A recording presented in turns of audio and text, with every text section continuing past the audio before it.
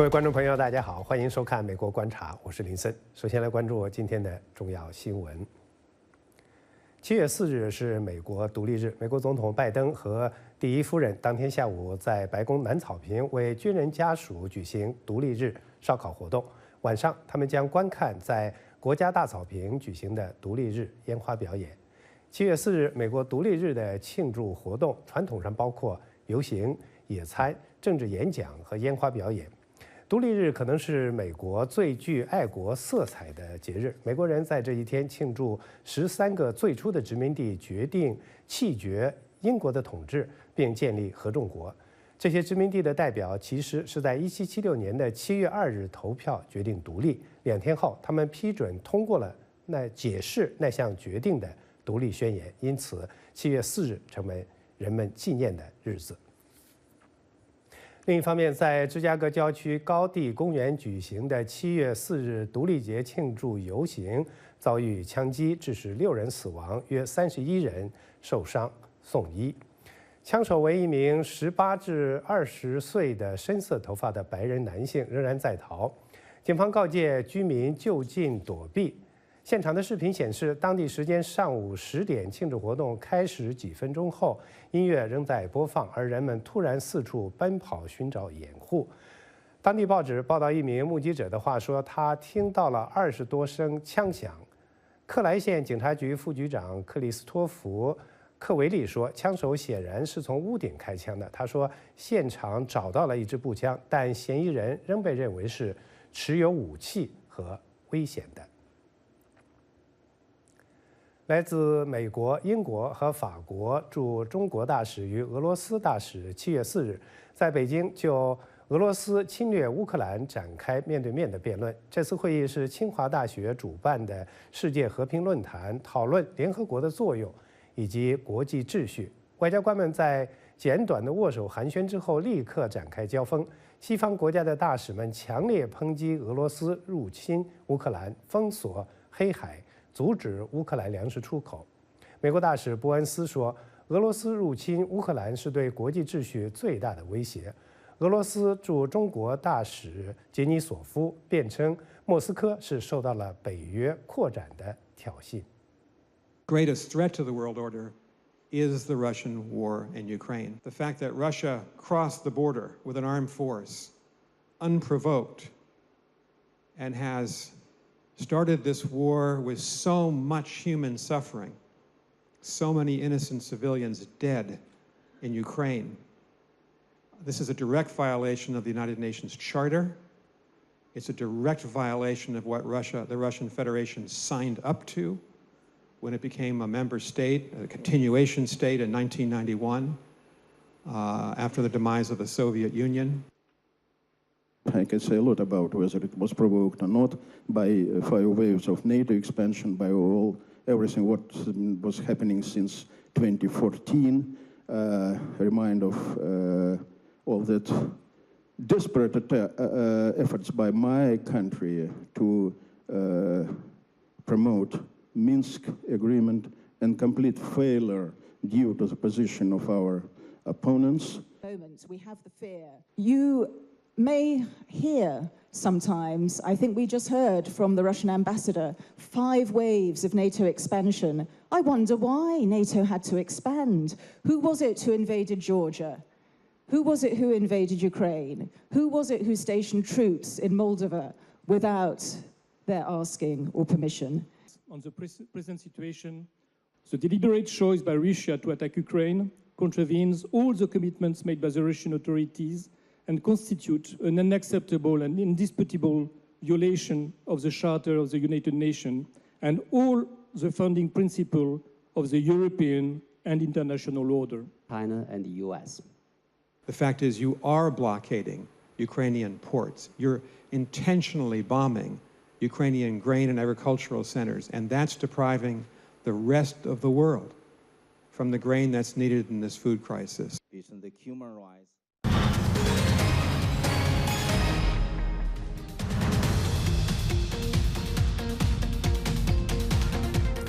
欢迎回来。美国国会共和党籍的众议员弗兰克·沃尔夫过去代表弗吉尼亚州第10选区30多年，他在人权方面的努力，特别是对在中国需要帮助的人的意义重大，常年直言不讳地批评中国政府的人权记录。2015年他退休后，第10选区由民主党拿下。今年他的外孙24岁的加勒·麦克斯参选第10选区国会议员，他对中国的人权问题颇有外祖父之风。他在大学期间既发起了由学生领导的雅典学会，呼吁美国的大学关闭孔子学院，拒绝中国的大外宣。Mr. Max, you've made an announcement seeking Virginia's 10th district seat earlier this year, the district where your grandfather, former Congressman Frank Wolf, used to represent it for more than 30 years. First of all, could you tell us what makes you decide to run for the seat in this year's election? What are your most important strengths among more than 10 other candidates in the primary? Sure. Yeah, so I announced early this year.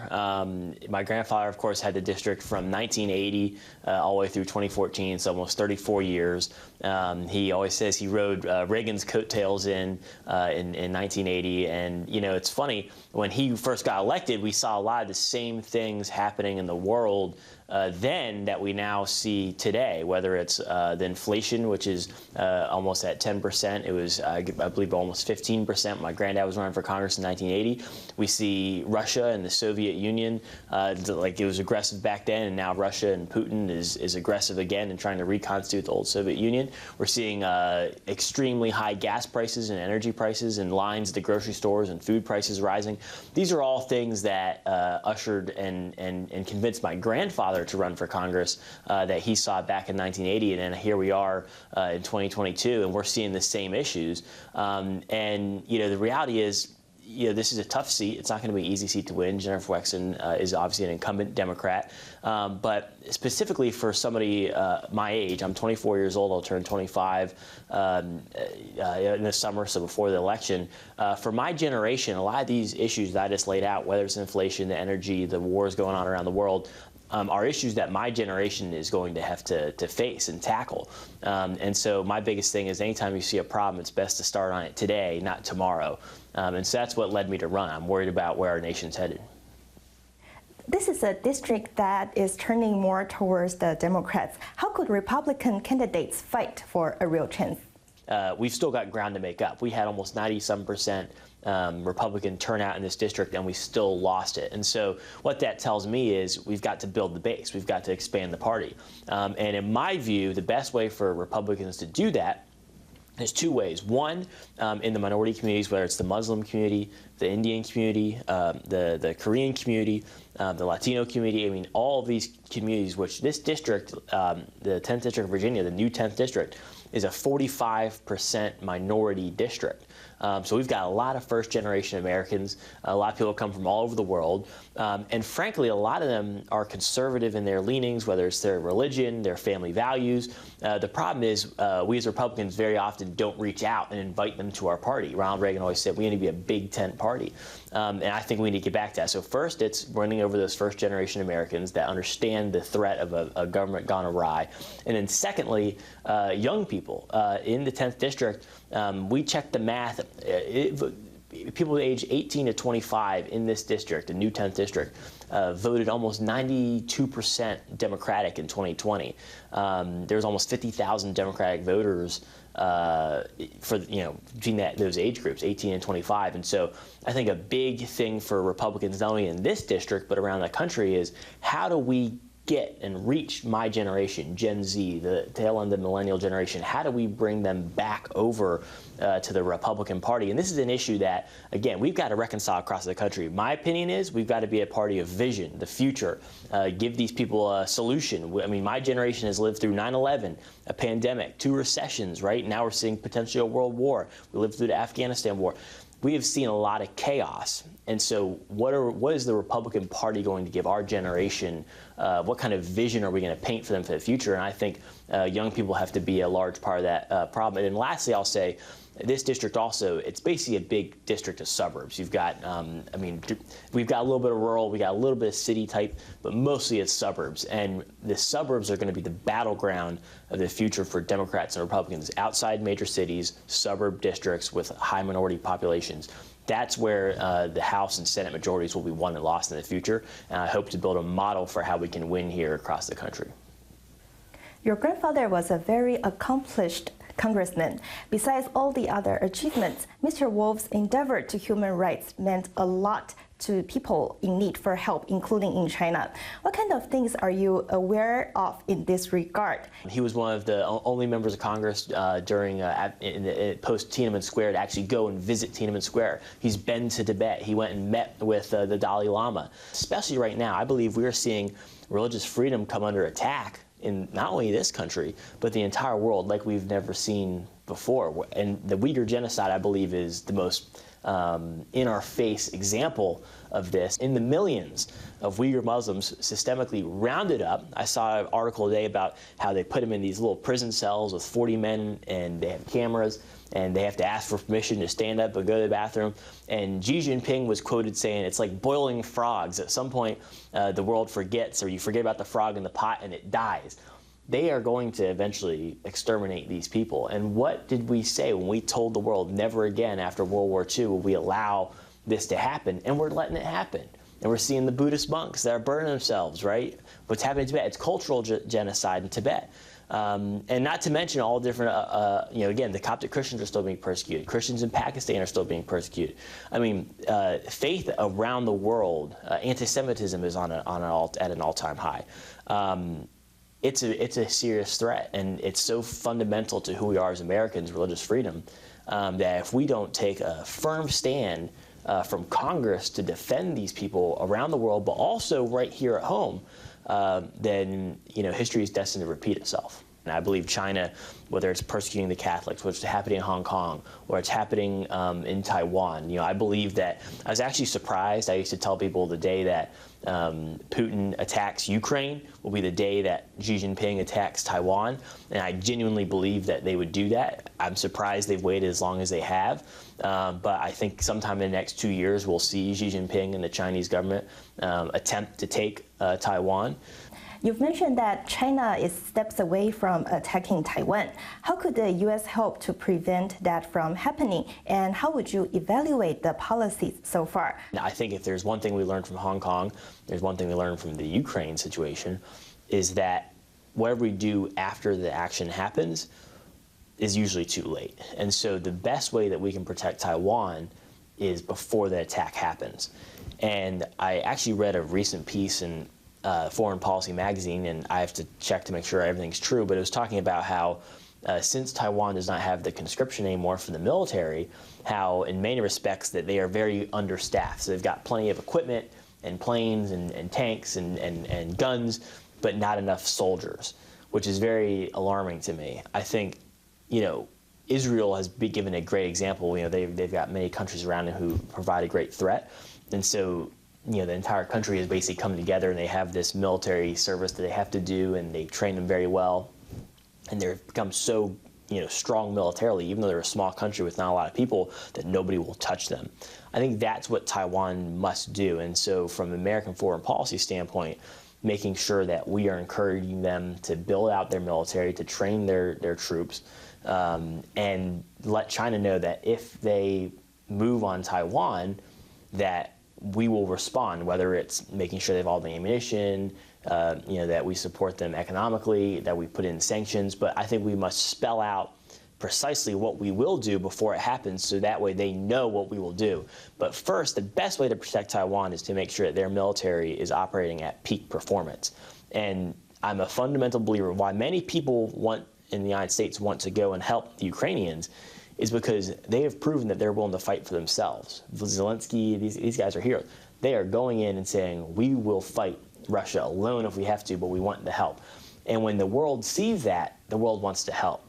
So Taiwan's got to remember that the best way they protect themselves is to prove to the world, which I believe their president has done a good job of this, by saying, we will go alone or we will do it with the United States. But we've got to make sure that their military is operating at peak performance, at full capacity ready to act when it comes, because deterrence is always better than trying to take back the country. And with the semiconductors and everything else, I mean, Taiwan really, even though they're a small country, they play a big role in the global economy that we cannot forget about either. And so encouraging these companies to make sure that they maybe even can open plants in America, stuff like that, we need to make sure that those avenues of communication and business stay open. You founded the student-led Athena Institute and helped start the organization Stand Against Chinese Communism. Could you give us an introduction on the two organizations? What are their main goals and the impacts that they have made? The Athena Institute, basically how this all happened, how it started is, I was a senior, I guess I was a junior at George Mason University right here in Fairfax County, and I transferred from a smaller school to go to George Mason to study American government. And on my first day of classes, I was walking around looking for my classroom, and I walked past a room which had a Chinese Communist Party flag on the wall and all this Mandarin writing, and I thought, what is this? I was confused. And so a few weeks later, when I had some time, I came back and I investigated, and it was a Confucius Institute. And actually, the George Mason Confucius Institute was the Confucius Institute U.S. Center. So it was actually basically like the main headquarters for all of the Confucius Institutes in the entire country. And so when I found out about that, I did some reading and found out, it's propaganda, right? It's teaching, a washed history of what happened in China. They won't talk about Tiananmen Square. They'll never talk about what's happening to the Uyghurs or any of the people being persecuted. And it's really an arm of Chinese soft power, which we've seen, they have a whole bunch of soft power all across the country and the world, but the Confucius Institutes were specifically, targeted at college students. And so I thought, how crazy is this that we have a Confucius Institute at George Mason University, and I did some digging. The largest population of Uyghur Americans in the entire country is in Fairfax County. So I said, well, let's do a letter to the president and say, hey, we don't want Chinese influence on our college campus. When we started, there was about 125 Confucius Institutes in the country. Since our letter and Athena's founding, Athena was basically founded to make sure that when the university said they would close their Confucius Institute, that they actually did. Since we've started, over 100 have closed, and some have been for other people, some we had direct hands, but it was basically to give the universities the cover that students were in favor of kicking China off campuses. And what's so crazy, I think, about the Confucius Institute is there was $100 million that would come from the Han Bond to fund the Confucius Institute. The deal that they signed with universities, and this was the case at George Mason, is that half the money that went to fund the Confucius Institute on campus had to come from the college. So that means that some of my hard-earned dollars, some of this tuition dollars that the Uyghur students on campus were paying to George Mason University, was being used to fund propaganda for the Chinese Communist Party. And do you think that Xi Jinping or Beijing or the Communist Party would let us open American, they call it Abraham Lincoln Institutes or Ronald Reagan Institutes in Shanghai? They would never let us do it. They'd be like, no, you can't do that. But we let them come here and do it to us. And this goes back to a broader China is they hope their soft power will influence people all around the world, where it's the Belt and Road Initiative, the Sister City programs, the Confucius Institutes. This is all Chinese soft power. And I'm all for teaching Chinese culture. I'm all for Chinese students coming and learning here in the United States. The Chinese people are wonderful people. They're amazing people. They're persecuted. The Communist Party is small. The Chinese country is huge. We need to encourage all of that, but not the history that the Communist Party wants to teach us. And so that's where Athena came out of. And then SACC, Standing Against Chinese Communism, is basically our political action committee, C4, that basically puts out surveys to state delegates and governors and attorney generals when they're in their election season to say, hey, when I get into office, I pledge to combat Chinese influence at the state level. And that's really where a lot of the threat of the Chinese is on the state level, because they know they can't, it's very hard to infiltrate congressmen and senators, but sometimes it's a little easier to do this with mayors and town councilmen or attorney generals. And so we are trying to get people all across the country to agree that they will not cut deals with the Communist Party. We wish you the best in the campaign. If the result is less than ideal, what's your plan for the next? First, I'm going to help whoever beats me in this primary. It's about 10 people in the primary. They're all nice people. So I'll help whoever it is beat Jennifer Wexton in the fall.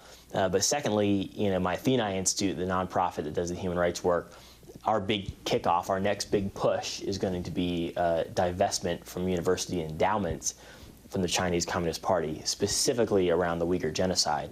So we've already got about 5 universities that have agreed to do audits of their endowments.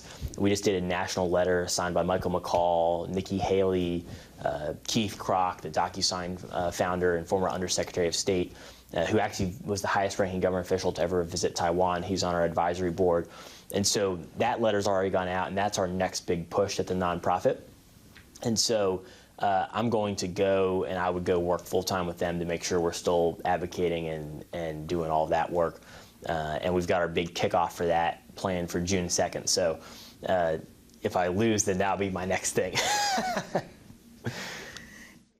当今真相为重，掌握全球脉动，只要点击 VOA Plus， 手指移动，信息即来，追踪政治动向，体验真实生活，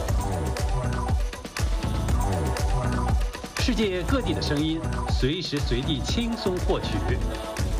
现在就下载 VOA Plus 应用程序 VOA Plus。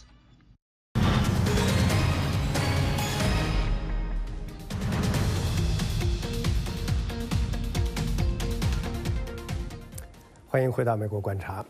与陌生人攀谈，寻求支持，问候水果摊主要替他服务，拦住年轻人聊学费减免，向社区代表承诺更多的资金。纽约国会第10选区候选人前学运领袖熊燕正参与民主党的初选的角逐。他以零售政治的方式，在华人密集的布鲁克林第8大道推销自己。该选区10多位候选人中，包括前市长和现任国会以及州议员。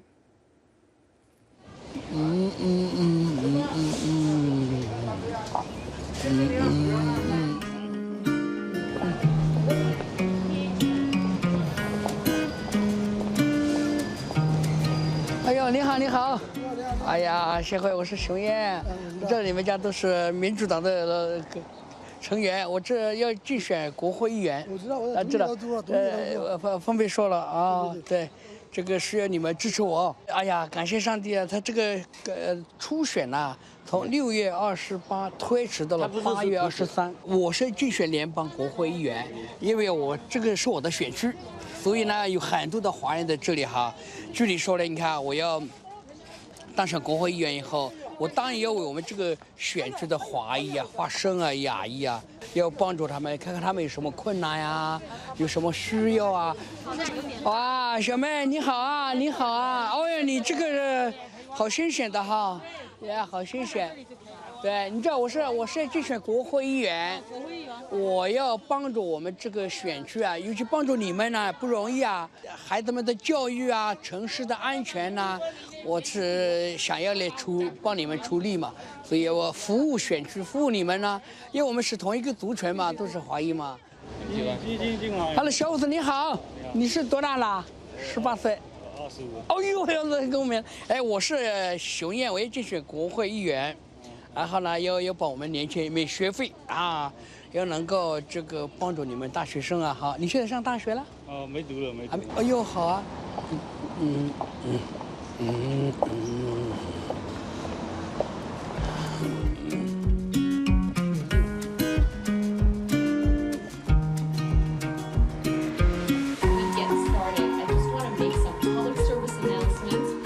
Small business will be. First thing is change. Right now, the Democrats has been controlled for a long time. The Republican Party represents core value, the basic core value. And we have the Democrats, which represent the progressive right now. They want to loosen the jail population, the no bail reform, and there's consequences when you're doing that. Now I want to go back to the basic. You commit a crime, no matter how small it is, you go to jail until you learn your lesson. He would be better to represent the Asian American community? No, because I think you have to look at it by policies. I don't think it's fair to say that, I necessarily represent all Jewish people just because I'm Jewish. It's because I have policies that back the Jewish people. I have policies that back Asian Americans, and I think. 前 NBA 中锋坎特因直言不讳地批评北京威权政府对维藏港台的压制，他2月份失去了工作。坎特在 NBA 打球11年，有很多队友和朋友，但是没有一个人打电话或者发短信问候，大家担心名字被他提到。他并不孤独，活动人士提供着广泛的支持，众多的国会议员也到场祝贺他成立的致力于改善人权的基金会。I don't lose my basketball, man.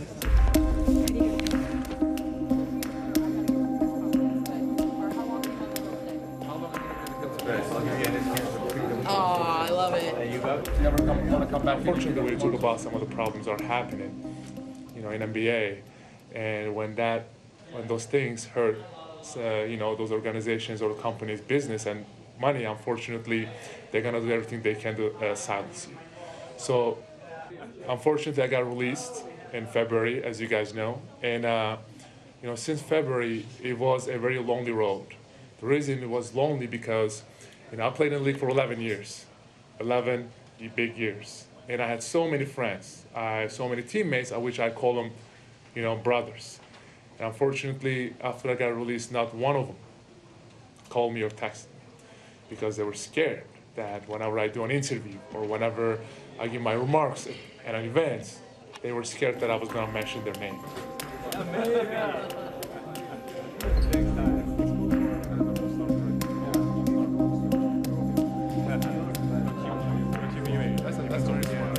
Man, you're impressive. Well, not to move yet. Listen, members of Congress are with you. This is a movement that we're all in solidarity on. We're really grateful that you do what you do. We want to help and be a partner with you in it, and us keep leading, brother. I mean, you stand head and shoulders above the rest of us, and we're really grateful you use your voice and to take the hit as you have, to at great personal sacrifice. That is a huge inspiration to all of us. And how much I admire him for calling out Nike that want to preach social justice here at home, but when it comes to the Uyghurs, when it comes to making money in China, when it comes to their balance sheet, they're hypocrites. They turn a blind eye to the most significant genocide, the most atrocious genocide since the Holocaust and World War II. So I'll continue to channel these, buddy. A few of my colleagues here, I've worked with them to end the one China policy that has been in existence since 1979. And we're going to continue the pressure on that front, because if we don't address China's tyranny now, history clearly shows what happens if you don't address it early on in its early stages. I just want to say this. I think Ennis is a role model for the people that work in this building. And in China, as you know, they're basically committing genocide against the Uyghur Muslims every day. And they have slave labor to manufacture their products. They don't value human life. And we need to take a hard look at these countries and our relationship with them.